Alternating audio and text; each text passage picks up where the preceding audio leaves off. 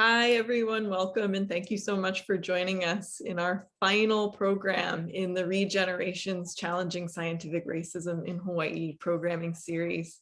Because it is the final program, I do want to take a moment and give a heartfelt thanks to the McInerny Foundation for their support of this series. Without them and without their support, we would not have been able to bring all of these great minds together and to have so many amazing, thought-provoking conversations, not just about this exhibit, but about museums and about our current moment. So thank you very much. And thank you so much to all of you who have joined us on this journey. The exhibit is now closed, but we do have plans to create a digital version of the exhibit so that it can live on and hopefully reach an even wider audience. And we'll be able to host all of the programs from this series on our website. Until that digital version is up, you can still find them on our exhibit page, bishopmuseum.org/regenerations. So today, to close our series, we're coming around full circle, and I am so happy to welcome back Dr. Keolu Fox. Dr. Fox is an assistant professor in the Department of Anthropology and Global Health at the University of California, San Diego. He is also, along with me and our Director of Library and Archives, Leah Caldera, one of the curators of this exhibit. The three of us have had so many amazing conversations and experiences and inspiring moments creating this exhibit.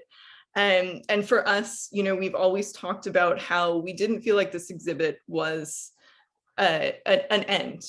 Rather, we really envision it as the start of a lot of really important conversations that we need to have about this collection, about museums, about our museum, about this present moment. And I really don't think there's anyone better at looking at our future and looking at all of the exciting directions that we could be heading in than Dr. Fox. And so I am so pleased to hand things over to him and really looking forward to this talk. Thank you very much.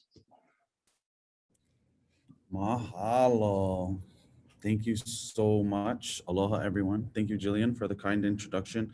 Thank you to all of our sponsors that made this programming possible so that we could join you through Zoom and explain our journey and our co-creation and co-design process with many of the ohana that have been involved in this. And there are so many people that we need to say mahalo to, and we're going to get there.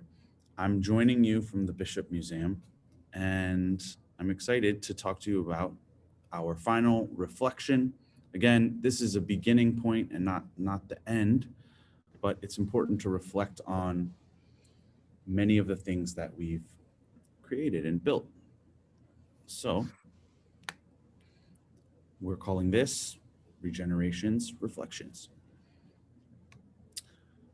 Firstly, it has been a dream to get to work with the Bishop Museum, which I've been frequenting since I've been a child. So it's a really cool process to get to come together with some incredible curators and museum staff and all types of intellectuals and our community, the Kanakamali community, to bring you Regenerations.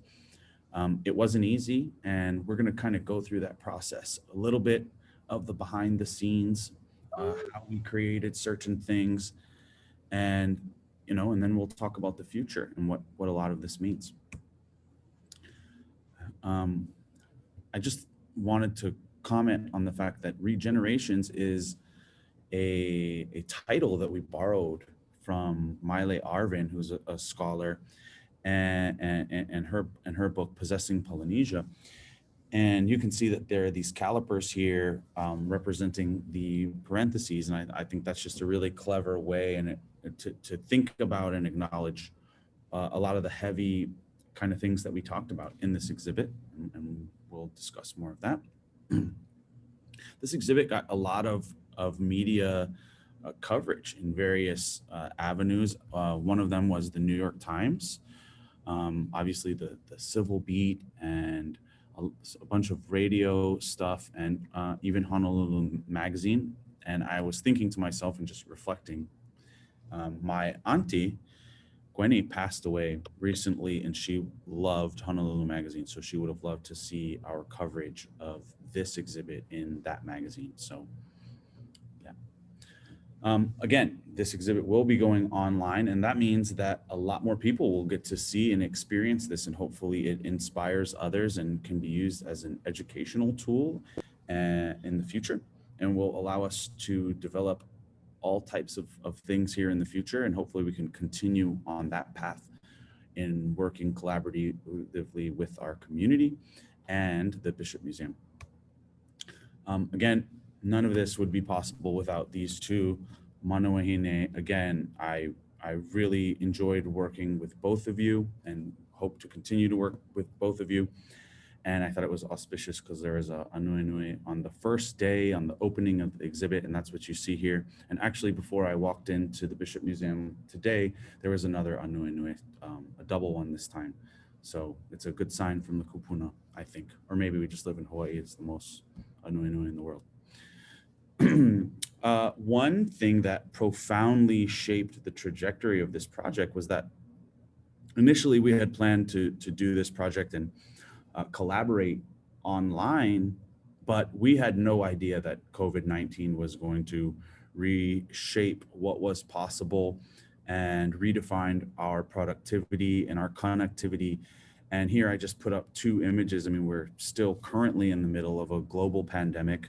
If you're not vaccinated, please go get vaccinated. And here you see an image, actually this is from the Star Bulletin, of an emergency room scenario.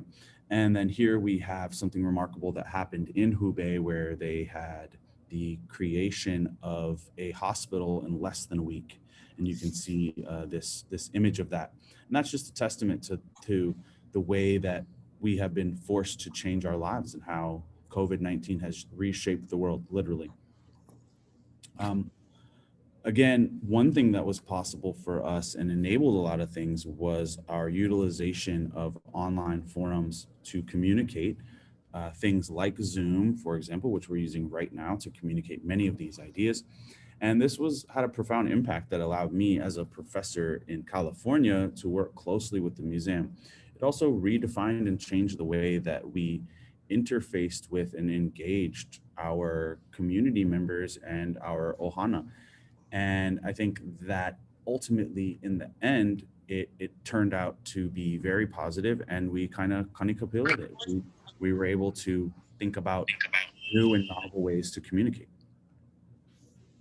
I would be remiss if I didn't mention the events that happened at the Capitol and the attempts to kind of pander towards white supremacy. This is a huge theme in our project, and our whole exhibit was focused on eugenic science and challenging scientific racism in Hawaii. And I think one thing that's really important as we reflect on what this exhibit means is that people today still share these hierarchical views on how human beings are and are very much racist. And so it's really important that we create more education opportunities in the future. It was quite challenging working on this exhibit, and I remember just talking to my co-curators, and this definitely influenced the way that we wanted to deliver content through this exhibit. And we had some really important themes throughout the exhibit. And one of them is that the idea that the anthropology of the past, these ideas of measurement and measuring human beings, whether it's eye color, the kinkiness of your hair, skin color, nose breadth, phrenology, many of these ideas of measurement theory from the past, they're not that different from the measurement ideas that are propagating science today. Many new technologies allow us to sequence ancient genomes, for example. And in the future, when I have slides that have iwi on them, I'm going to alert you. And if you are bothered by that, I'll tell you, hey, close your eyes, or look the other direction, and then you can come back and I'll let you know. But there are the emergence of new technologies that allow us to sequence the genomes of both ancient humans and modern humans. And there are many different applications. A lot of these tools are becoming portable. meaning they're going to be more ubiquitous and used more often in different spaces and can be brought into different environments and climates and other things.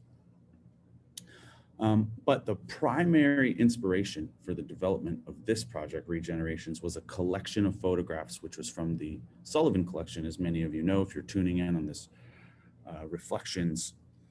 And that was a really important starting position for us to talk about. One of the things we discussed is, do we, in the future, continue to refer to this collection of photographs as the Sullivan Collection of photographs, or should we discuss renaming them? And I think the most important part about that is building consensus and actually asking the descendants or ohana, the family members of people that were included in this study, and say, well, what do you want to call it? And we will continue to have dialogue with our community partners in the future.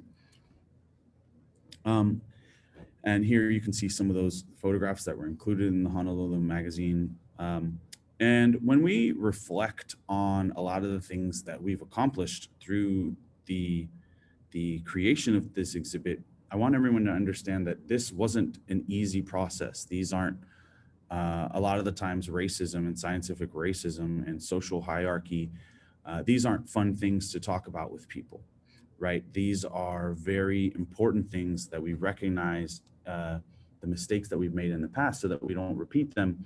And obviously, none of this would have been possible without the help of the community members that were involved in the development of these projects. But we're not perfect. And there were certain things that in the future, I'm sure we would like to improve on. One of them was the inclusion of these busts and a robust conversation around consent and getting and acquiring consent for many of the photographs that were included in the busts and many other things. It was a really, really challenging exhibit to create. And I think that a lot of people appreciated that. Here's a photo that someone sent me, and this is myself and Nalani and then her Keiki, and we're both wearing palaka. And I just thought it was a beautiful, beautiful photo because it's multiple generations of people. This child is looking at their ancestors and probably doesn't have the complete context of how these photos were acquired, but maybe one day they will. But one of the biggest challenges and motivations for this exhibit was educating the next generation on these types of history, especially scientific racism in Hawaii. There were many different kind of super creepy things that were included, like these eyeballs with the different colors here, and other things on a table we had set up that was supposed to recognize and highlight a lot of the eugenic thought and measuring methods of the past. I think, again, people were really excited by that, and it was kind of scary and creepy, and we're coming up on Halloween, so something to think about to inspire you with your costumes. But one of the chief sort of artifacts that was included was this lei. Many of these different lei that are not just artifacts but ancestors, and they include our kupuna's hair, which contains DNA. And for me, that was a really important and terrifying prospect for building a lot of the ideas where we talked about ancient genomics with respect to this exhibit. This exhibit, in acknowledging a lot of the things that we've talked about, scientific racism, the new trajectories for thinking about social hierarchies, ancient genomics, data as a resource, many of these themes, repatriation, many of these themes we're building on because there was just a wealth of research and things that others had accomplished in the past. And this image I also found very inspiring. And these are Benin bronzes that were collected in Benin in Africa, in the continent of Africa, and they are slated to be repatriated. So this exhibit is a part of a much larger movement that's going on in the consciousness of many different curators in museum settings around the world, to put it into sort of a global context as well. Here is another museum exhibit in the Netherlands where they are also daring to innovate, and they're directly talking about slavery, and they've chosen 10 different stories around the transatlantic slave trade and its impact in shaping the lives of many different diasporic communities, forced diasporic communities. And again, I haven't seen this exhibit myself, but it looks really inspiring, and they're not pulling any punches. And this is kind of the new trajectory for a lot of content that people are thinking about. One of the biggest themes throughout the development of this exhibit, and I think into the future, is this idea that authorization is different than consensus building. And we can think about this idea in terms of consent, whether it's consent that's provided when you get a COVID test and what people have access to your genome and what part of the genome. We could think about it in terms of the relationships that are brokered between the state of Hawaii and our community members that oppose the construction of the 30-meter telescope, and what that means in terms of how authorization is achieved, but what is the actual will of the community in which you want to build something or take something or extract something. And this is a profound theme throughout regenerations. Again, I apologize. You should look away. There is a picture of a skull here, but I highlighted this article that was in the New York Times, and it is that ancient DNA research, is it revealing new truths or is it falling into old traps? This is a huge theme throughout the development of regenerations, and it's something that's ongoing very much so right now. Just yesterday, there was a paper that was published showing that a lock of Sitting Bull's hair was used to, DNA was extracted and acquired and sequenced, and it was used to kind of confirm his great-grandson's identity. But some researchers worry about tribal consent for analyzing DNA, because just because someone is lineally connected to human remains doesn't mean that that's the will of that community. And you can see how much more complicated things get. There was also another paper which was a complete embarrassment to the whole field of ancient genomics. And it says that ancient DNA researchers set ethic guidelines for their work, but they didn't. This is just window dressing. This is a bunch of scientists who are basically trying to backtrack on poor decisions that they've made. And pretty much everyone who's not on that paper that was included in the journal Nature is angry or upset that these researchers would do that to the rest of the field. So you see that people are not necessarily practicing ethical research, but they're trying to wield ethics as a type of currency to achieve authorization for moving projects forward. Many of these investigators have never worked in the regions of the world in which they're trying to extract and sequence genomes. And as far as I'm concerned, that's pretty problematic. Making matters more complicated, we have an exponential growth, an explosion in the amount of ancient genomes that have been sequenced. A lot of the urgency in our exhibit, what we focused on this work, and this is from myself and John Hawks, and we published this in the journal Nature, showing that more genomes have been sequenced since 2019 than in the entirety of history. There's also an explosion in the number of ancient DNA laboratories that are springing up all over the world. In red, you can see ancient DNA labs that have been constructed since 2010.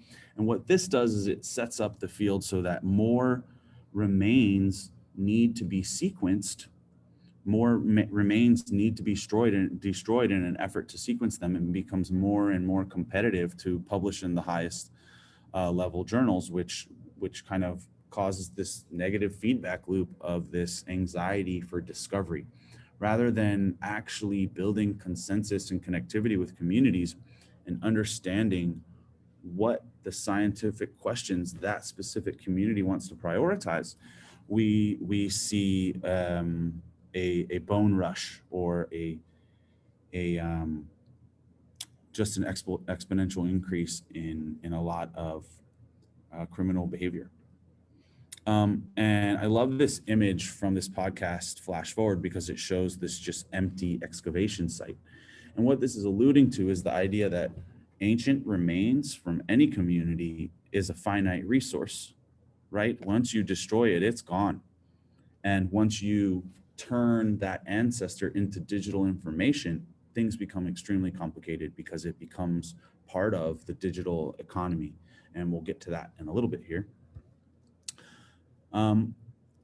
And there were other things that we discovered in creating this exhibit and doing research. We discovered that Christie's and Sotheby's are perfectly comfortable selling our ancestors' remains to the highest bidders online. We discovered that Instagram, Etsy, and eBay are thriving markets for all types of people to sell and trade ancient remains on social media outlets. These are thriving markets of commerce. And this is ongoing. And these are things we discovered while doing research for this exhibit.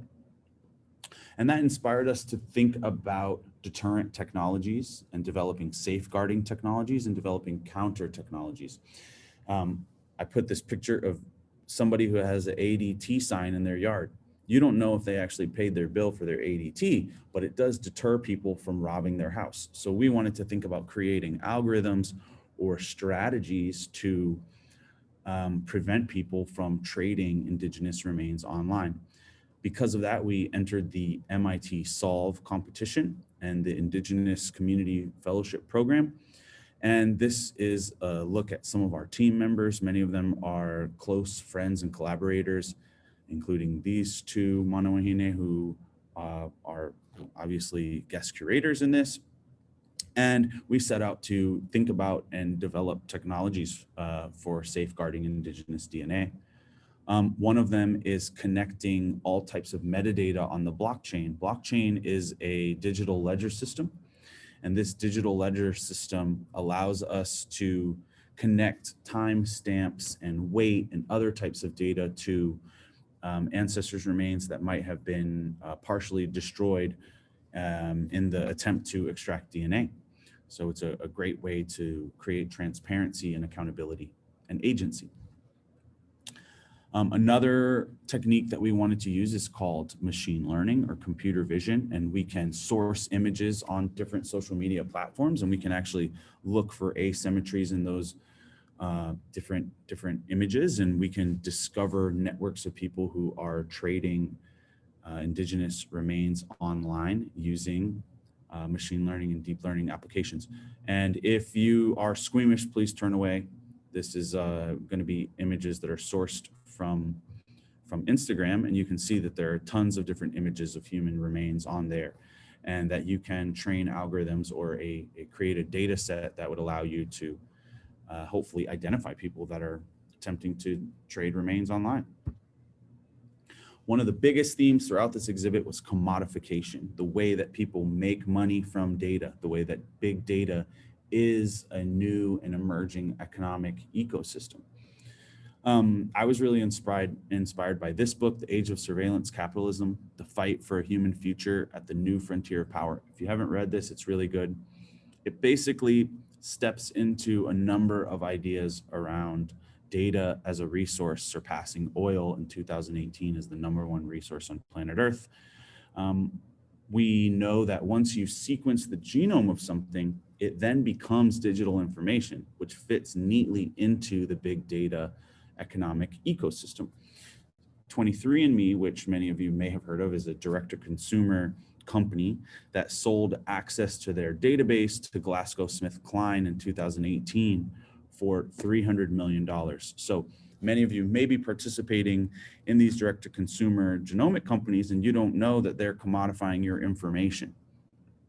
In 2020, we learned that Ancestry.com was acquired by the Blackstone Group for $4.7 billion with a capital B. So not only is DNA and digital sequence information derived from human beings and our ancestors a valuable resource, it is increasing over time. And because of that, we played with this idea of the biocolonialism trust throughout the exhibit, and we had a lot of fun with that because we wanted to alert the public and the Hawaiian community about the potential use and misuse of genetic information. So here you can see some of the fake products that we put in there. And mostly we use these types of products in this approach because we didn't want to get sued, right? But you can see we have DNA in a box. Trust us to tell you who we are. So many of these ideas are playing on that idea, and that was throughout the exhibit. We also discussed this idea about an entire genome sequencing center in your backpack. We wanted to alert people to the fact that genome sequencers are no longer the size of a refrigerator. They can fit a lot of these different components into a backpack, like a miniature genome sequencer, a miniature PCR, a cell phone, and a data source, solar data source. We also discussed the idea of consent. And many of you are familiar with different forms of consent, maybe on your Apple iTunes and terms and conditions. Originally, we had some grand ideas of what we wanted to do, present a really bad consent form versus a really good consent form, make a consent form that was all in Olelo. Again, these things take time. It's really hard to do everything that we wanted to do, but in the future, these are actual ideas that a lot of our medical institutions should be thinking about. If people want to understand what they're getting into in Hawaiian, then they should be allowed to do that and have that right. We played with the idea of a number of different interactive pieces of the exhibit because we knew that we were in the middle of a pandemic, so we had to pivot and we had to create things that use light sensors and things like this. And one of them was focusing on upgrading your DNA and is a direct nod to what's happening with genome editing and these ideas around sort of the brave new world of health disparities that might exist when some people can afford to be genome edited and some people cannot. And in a world where around 90% of genomes that are sequenced come from individuals of European ancestry, and 95% of clinical trials also include individuals of European ancestry, we find ourselves in a particular conundrum because our communities don't necessarily trust biomedical research, but also we, in terms of the fruits of predictive, preventative, and precision medicine, we're not being included. And so that was a theme that we discussed throughout the exhibit as well. And I want you guys to focus your attention here. When we look at 72% of these genetic discoveries have taken place in 3 countries. And what that also means is that individuals with a certain skill set and a certain worldview are creating, you know, all types of biases that exist. And this also shows that we need more scientists from our communities to represent our interests. We talked about the commodification of DNA and how a mutation that was discovered in Polynesia, initially in Samoa, has, well, no other way to say this, somebody filed a patent claim on this particular mutation, and they're attempting to commercialize the exclusive use to probably create a next generation of metabolic disease drugs. And I put that side by side with Maile Arvin's book, Possessing Polynesia, because this is no different than any other way. This is one of the worst parts of cold-blooded colonialism, the extraction of DNA and the utilization of that to create patents and intellectual property, none of which included Polynesian people on the claims. And another thing that we should think about and bring our attention to is what is going on in other parts of the world. And amongst the Uyghur community in China, now there are re-education camps for individuals that are of the Muslim faith. These are ethnic minorities that are being forced into re-education camps. Their genome information, facial recognition scans, bone density, teeth mapping, all of these different forms of data have forced them into re-education camps and concentration camps today, right now.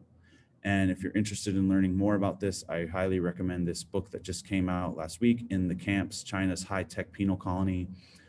We want to bring attention to major issues that are affecting historically marginalized communities all over the world. Yes, the transatlantic slave trade happened and it's part of the past. Yes, the Holocaust happened. Yes, the eugenics movement happened, but these things are still happening right now, and we need to be cautious about what the potential use and misuse of our data is. And that brings us to indigenous data sovereignty and providing people with opportunities to create agency around their data. Data is power. Like I said earlier, this is the #1 resource on planet Earth. We need to start acting like that. We need to start thinking about ways to protect our information before it becomes commoditized. You could also imagine a world where we are creating circular economic systems around this data to buy back our land from the individuals who took it from us in the first place. Data is power. It is powerful, and it can be used to empower our communities. And a lot of organizations support this idea. The World Economic Forum, the creation of data trusts, the UN, the Atlantic Council, more from the UN on converging technology development and the power of data. And I think that our kupuna and the best scholars that we have amongst our community and our leaders, we've always been indigenous futurists, and we have to think about ways to put our community in the driver's seat of our resources. I was inspired by this poster I saw at UH Manoa in the Futures Center for Future Studies. And we have really been thinking about indigenous futurism and what it means when indigenous people have governance of technology, of our land, and what it means when we imagine the future. Not every technology has to be optimized for exponential growth and profit. It can be optimized for sustainability. That's what our ancestors have done for thousands of years. And we have a nod to this, and we have this fern growing from the lava, and that was one of our sort of key visual cues throughout the development of regenerations. And we were inspired by the work of futurists like Bernice Akamine, whose art was featured and got me to look deeply into understanding if any of my kupuna were involved in signing anti-annexation papers, and we were actually able to find one of those individuals, which was really cool and inspiring. And we're hoping that including those indigenous futurism perspectives in the exhibit inspires others. And that brings us to the future of indigenous genomics. The future of indigenous genomics will involve repatriation of our ancestors. Here's the first repatriation that I was actually a part of. That happened during the creation of this exhibit, so it was near and dear to my heart. And here are two of my colleagues at University of California, San Diego, working with the Kumeyaay community. Kumeyaay, excuse me. We have begun to highlight and think about enhancing ethical genomic research with our communities, putting out the playbook and for the framework for many of these people. Here are many of my colleagues that were included as authors on that paper. We've been thinking about vertical integration of technologies, stacks of technologies. What does that mean? It means that our communities need to get in control of everything from biobanking to cloud computation, satellites, and have a vertical integration of all of the technologies that are involved in the creation, storage, and access of our data. Inspired by that, we started the Native Biodata Consortia with a whole bunch of my partners in Cheyenne River and Navajo Nation. And this is research for natives by natives, where we are very much getting in control of all of the different pieces in biobanking and genome sequencing. Ask me questions about that if you're interested. But there's no substitute for grassroots research and understanding what the will of the people is, what are the questions that our communities are prioritizing. And there's no substitute for democratizing technology and involving communities of people who have been excluded from science. And because of that, I had the true honor of teaching a class, Anthropology 375, titled after our course and talking about many other archival resources that exist. and getting our students to really think about the history of scientific racism in Hawaii at UH, thanks to the Native Hawaiian Student Services and everyone there, Willie and Nalani, mahalo. And we started Indigidata, which is an opportunity to empower the next generation of indigenous data scientists, where we tune them up on everything from ethics to coding to understanding economics and many other things. And this initiative was also covered in the New York Times. And finally, we've been thinking about remapping the human genome, because the human genome itself is a reference that is made from a Western European individual, meaning we're missing a lot of the variation that exists. In fact, they discovered new human genes in an individual from Papua New Guinea that had never been seen before, just to show you how much bias actually exists in the field of genomics, which is the future of medicine. We really need to start including our communities in the development of, clinical trials and many other things. And this is a great place to start, but we should be in control of that data ultimately. And throughout the development of our exhibit, we, and here's the headline from Honolulu Magazine, through a racist lens, and thinking about science through a racist lens. And that's exactly what the Mengelas and the Carlton Gadjuseks and the Lewis Sullivans were doing. They were rationalizing racist thought using measurement theory. We want to encourage everyone else to view science through an indigenous lens. And what would that look like? And how would that work? And what is the future that we envision? And because of that, the Bishop Museum actually brought in and won a $1 million grant from the Mellon Foundation. And they are encouraging curators throughout the Pacific to apply for this and get financial support in the namesake of Terangi Hiroa, who was one of the first indigenous presidents of the Bishop Museum. And I saw this very interesting bit that was in the Guardian newspaper, and they were saying that 4 blocks in the city of Vancouver has been turned over to one of the First Nations communities there. And they are redistricting it, and urban planners that are from indigenous communities and architects and engineers are going to completely redo this section of the city. So it gets you wondering, what is that section going to look like? Obviously, the whole world is going to be watching them, but I think it's exciting because they're getting to put their vision and their future into practice. And inspired by that, we have a Indigenous Futurism grant giveaway through the Experiment Foundation. And I will be giving away up to $100,000 worth of seed grants, broken up into $5,000 each for Indigenous Futurism and climate resilience. And that could be anything that you can think of.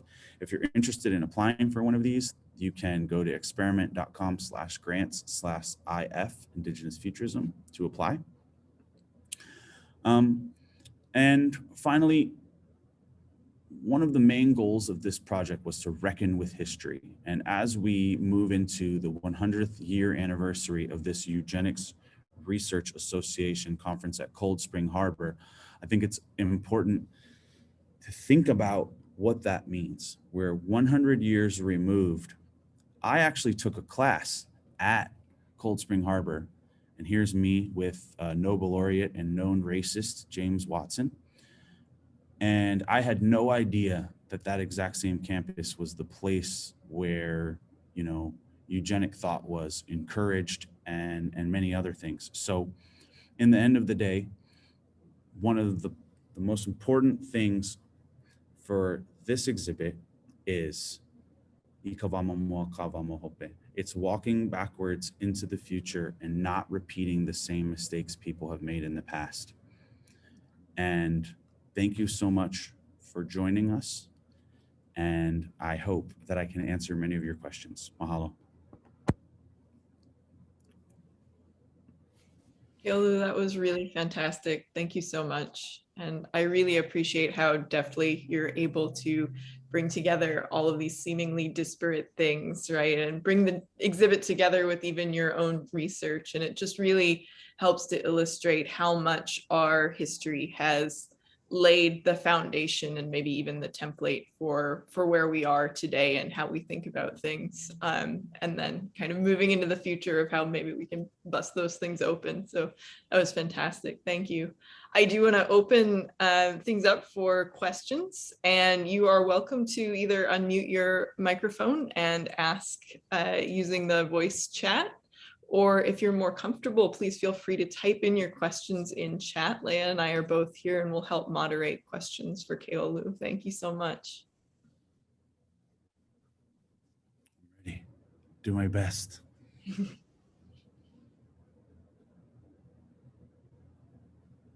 Nothing.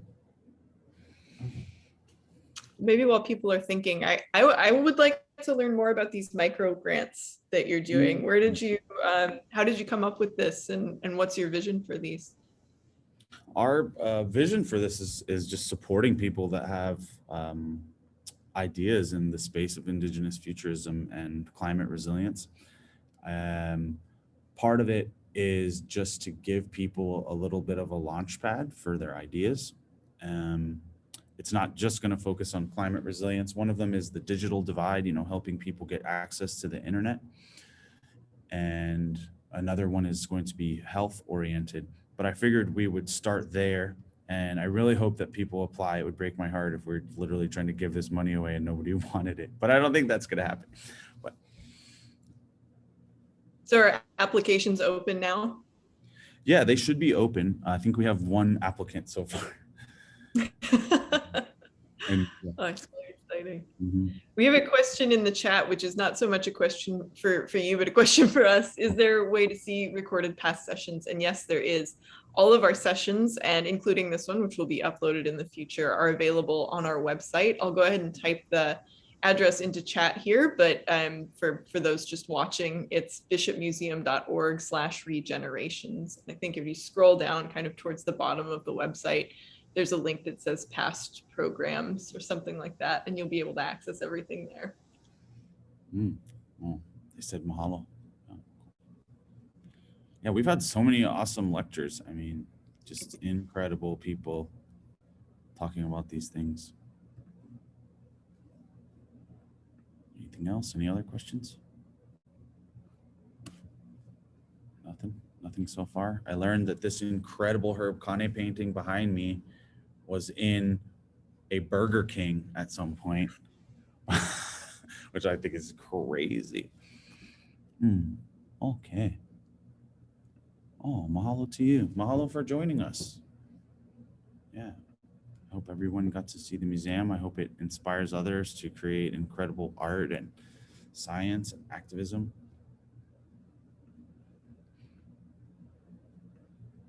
Nothing. I see my auntie's on here. I do want to say something. Actually. We're opening the floor for questions, but we can also, since we have a little time, open up the floor for topics to just discuss even between us, whether it's about the exhibit process, the exhibit itself, next steps, any of that. So if anyone is curious about anything that we've shared and our colleagues and panelists and presenters have shared through the program series, we're happy to try to speak to those things. Yeah, I think that's cool. Oh, I do have a question.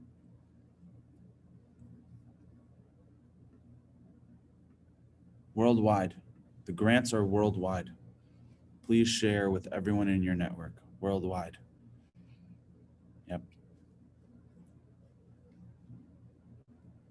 I'm hoping we get some incredible ideas and we can support people in ways that are helpful for them.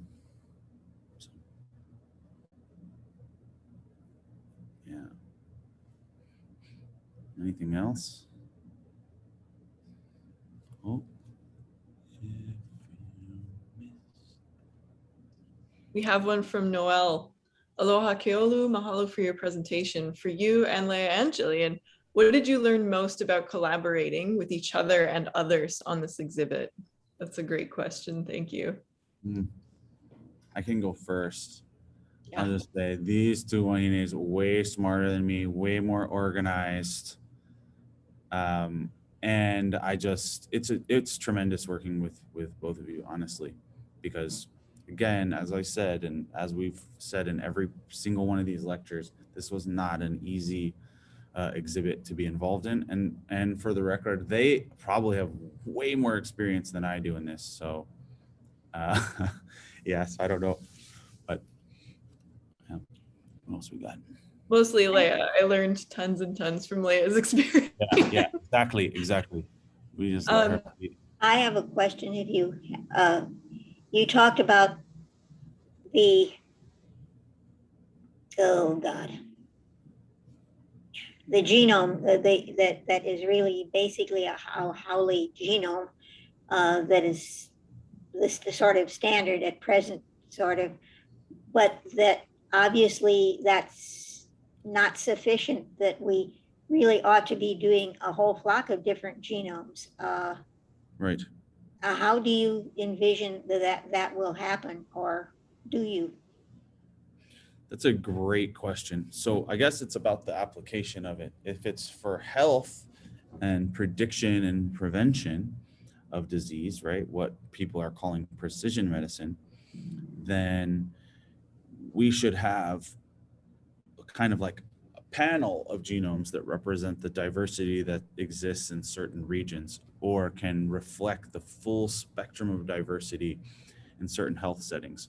So in a place like Hawaii, which if you see any of the new census information, it's the most diverse state, if you think it's a state, in the United States of America, meaning that it's going to be quite challenging for us to piece together a lot of the diasporic communities that make up the diversity and the variation and that exists amongst our community. But it's not impossible. It's just something where a place we need to start. And I think in doing that, we'll learn a lot more about our susceptibility to disease. Also, though, we cannot conflate our innateness with our habitual behavior and the sort of aftermath and residue of colonialism. We have really high rates of metabolic disease, for example. But is that because we have alienated our communities from our traditional agricultural practices and practicing our culture and hunting and fishing rights, and replaced all of those things with Spam, white rice, and soy sauce? Or is it genetic? Right? You see what I'm saying, right? I think we know where the lion's share of health disparity is coming from. That doesn't mean, though, that genetics can help us create the drugs of the future. It can help us create treatments, different types of cancers, for example, that are specific to populations who have been exposed to nuclear radiation exposure. Oh, something like that, right? Different mechanism, different drugs are needed for that. So as we chart the future, we have a lot of work to do. How do we get scientists, or who do we get to make this? It seems to me a database which is of a whole library full of DNA things. Yeah, that's a good question. We have a lot of really talented personnel. We have health opportunities that are supposed to historically cater towards Native Hawaiian people, for example. Maybe that would be an institution with a lot of financial capital that could help out in the future. Do you see any political will for this? I do. I do. I think there are a lot of entry points, and there's a lot of really exciting opportunities. I mean, think about like autoimmune disorders, for example, or cancer, or heart disease, or type 2 diabetes, or anything that has to do with inflammation. Creating targeted treatments. I mean, who has seen how effective mRNA vaccines have been over the last year? You know that that's not the end of the utilization of that technology, right? So we need to get in the driver's seat I think we kind of need to move towards small scale clinical trials. And hopefully we can do some of that work here at a lot of our outstanding hospitals that have been working really hard. So, but but political will, I think so. I mean, you guys got to talk to your local politicians, you know? Thank you very, very much. Thank you. So I do also want to go back to Noel's comment for a bit and then also respond to McInerny, because for me, these questions are so, they really come together for me, because what I learned the most about collaborating in this exhibit is truly the amount of time that it takes. You know, we talk about how, I should pull back. Exhibits at Bishop Museum are collaborative by nature. We have multiple curators that we work together, but to actually collaborate with community, that's very different. And this exhibit for me was the first at this scale that I've done. And there is so much joy in that. And we had such a desire to just do things right, and we were so nervous and fearful that we would screw it up. And so we thought through, you know, everything we could possibly think of, because that fear is real. And so, you know, it took, I think, 5 times more time than we thought it would. Just because of the way you collaborate with people, and people are busy, and deadlines don't necessarily matter in collaborating, because we couldn't, as curators, say, you know, we recognize you're busy, but this is our deadline, and therefore we're making these decisions. That's not how this works. And so up to the very, very like last minute, we were still making changes, because we wanted to make sure that it wasn't necessarily our voices that were coming through. It's what we had talked about and what these families had talked about. And so in, you know, sort of to answer a little part of McInerny's question, is for Bishop Museum moving forward, we recognize the need to collaborate with our community, and we recognize that in order to do so, our timelines need to expand exponentially. We need to make sure that we have the opportunity and the capacity to do it right, because even in this exhibit, you know, we were talking about this yesterday as co-curators, there are so many things that we feel that we did wrong because we didn't have enough time to do those things that we wanted to do with our collaborators. And that doesn't totally answer, McInerny, your question, but it's just a tiny bit. And maybe Jillian, if you wanted to jump from there. Yeah, thank you, Leah. You've said a lot of the things that came immediately to my mind as well. And I do just think a lot about, you know, our accountability to our collaborators and how much we're asking of them in this process. You know, it's amazing. It's amazing to be able to feature community members like this. And it's amazing to bring in these new voices, but in doing that, we are asking so much of them. We're asking for a lot of time, and we are definitely asking for a lot of trust.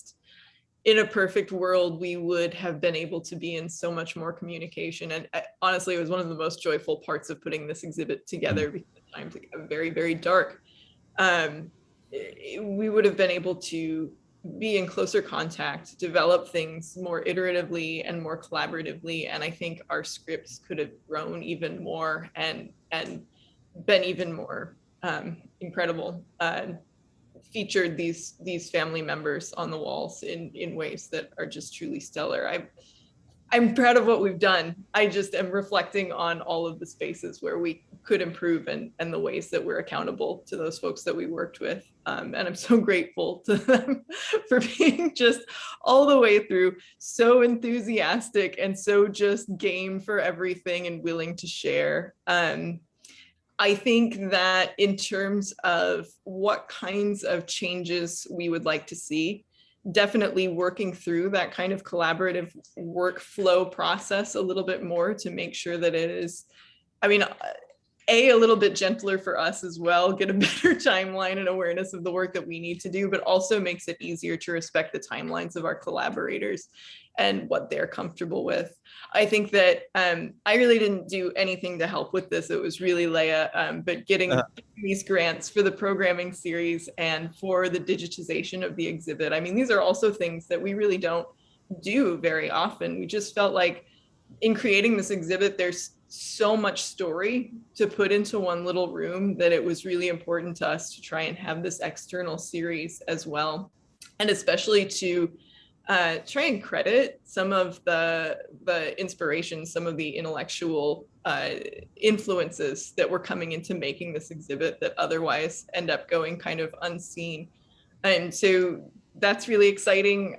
Hopefully this exhibit serving as a launch pad for digitizing other exhibits and making them more widely available. We know that it's really hard to get to Oahu and to visit the museum in the timeframes that our exhibits run. So just being able to share more widely and bring things to broader communities, I think are really exciting developments that, of course, it's early days, but hopefully we can continue on with.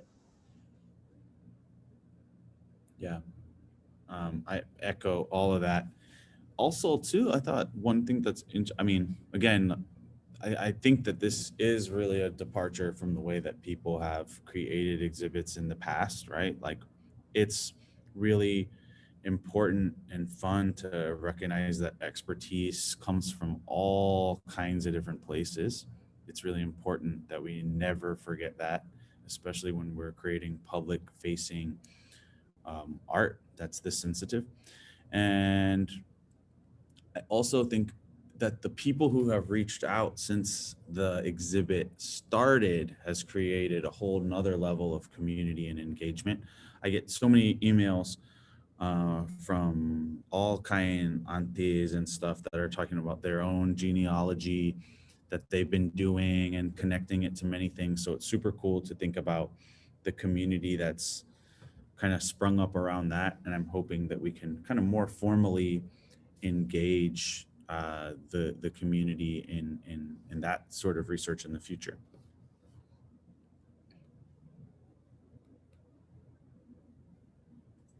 So maybe one more thing then to that, you know, we did receive a grant to put this exhibit online, but the way that we're doing it is going to allow for additional information to be included. So this exhibit is not just as it appeared physically at the museum.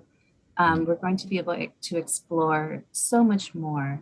And so, you know, I'm starting that process now with the families that we work with for the exhibit to see if there are other things that they want to talk about, if there are other photos that they want to include, if they want to talk about, you know, their cousin and mother and whatever else makes sense in speaking about the lives of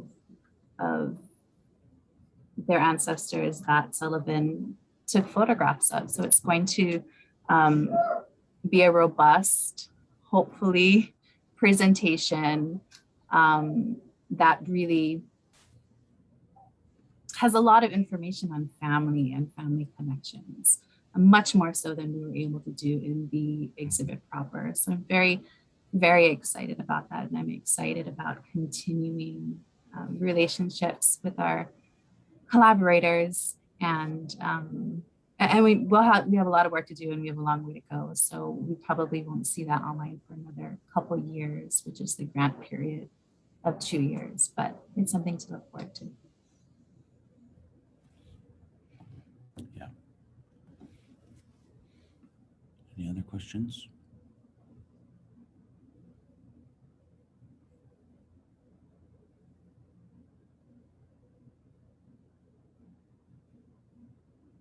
Anything else?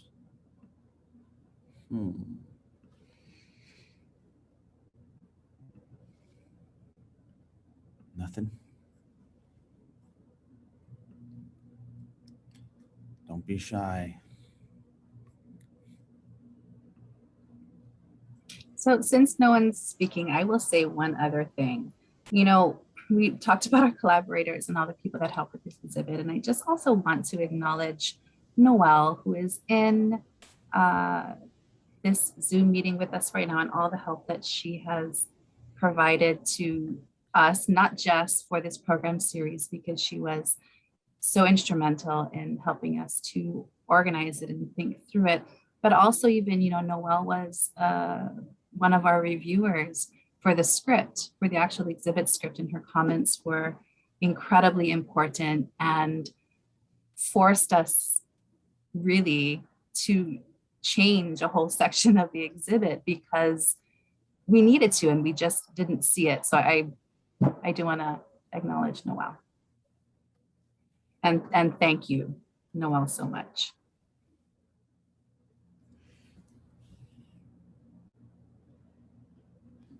We do have a new question in the chat, which is a big one.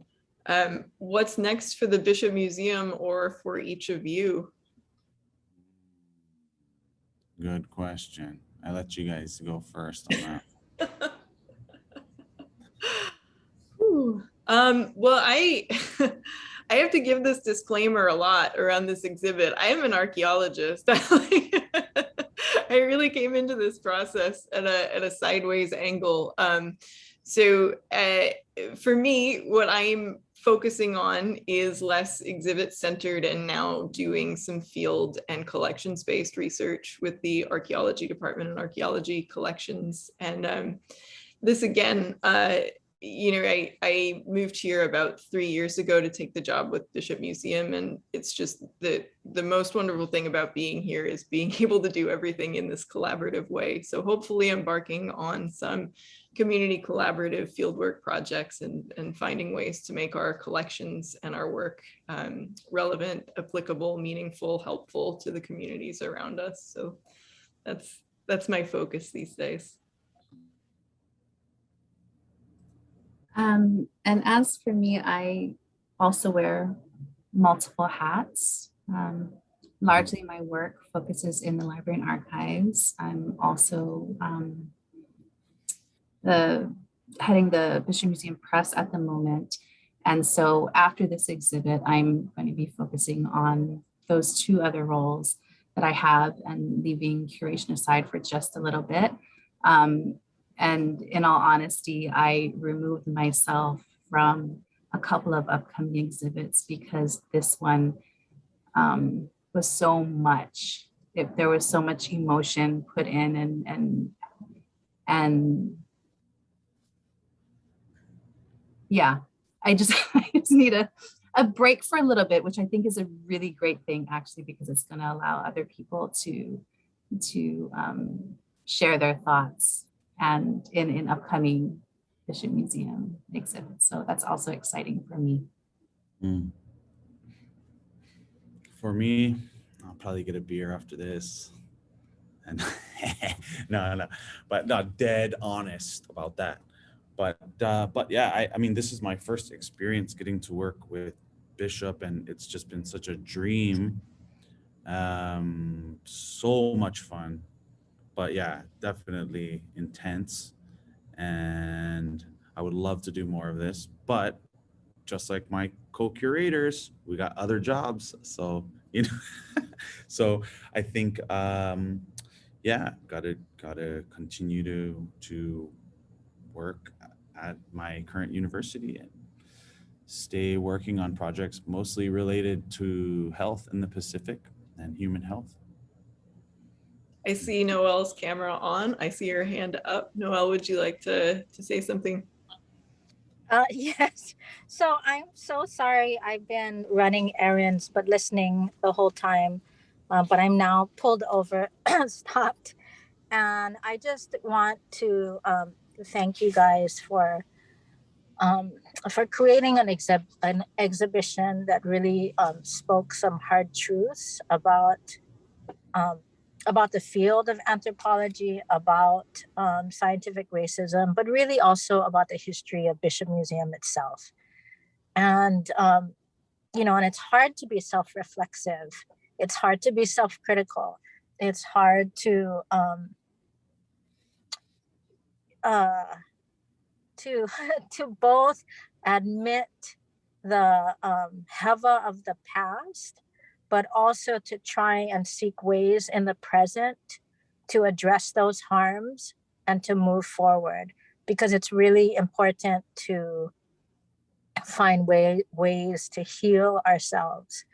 And so I just I really appreciate the lengths that you all went to address both the past and the present and the future, you know, and to do so in a very collaborative way with families whose kupuna were featured.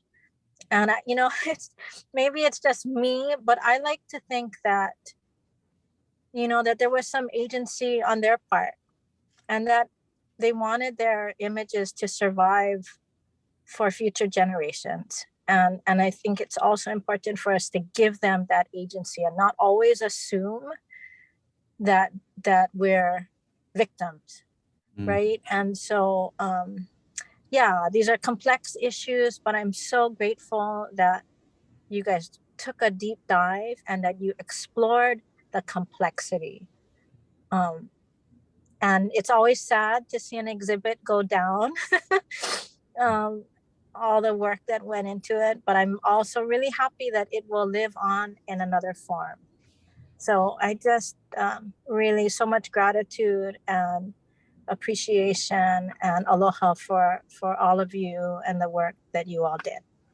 So mahalo. Mahalo.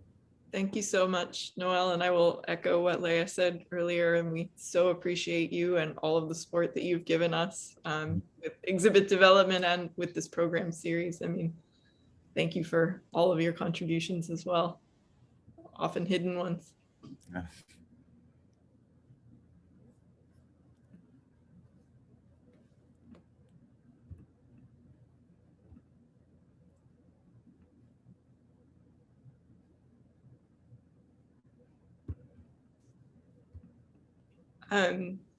I suppose if there aren't any more questions, I'm sort of inclined to say that that's a lovely note to end on. Thank you, everyone, for attending. Oh, I'm sorry. Kelly, there's a comment in chat, but I have such a long list. Could you maybe call it out for us?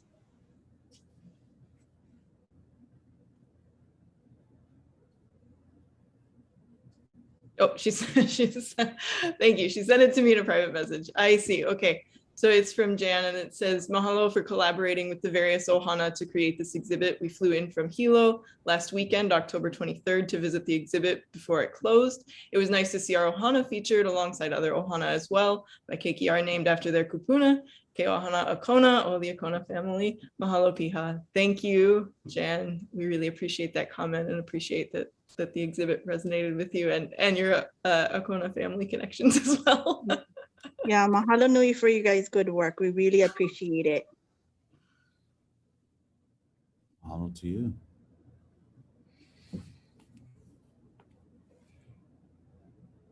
Okay, thank you all so much. Thank you for joining us today. Thank you for visiting the exhibit. Thank you for sharing your thoughts with us. Thank you for all of your support, and I look forward to connecting with you all again at other Bishop Museum events in the future, hopefully. Thank you for joining us. Ahui ho, mahalo. Ahui ho. Mahalo, everybody.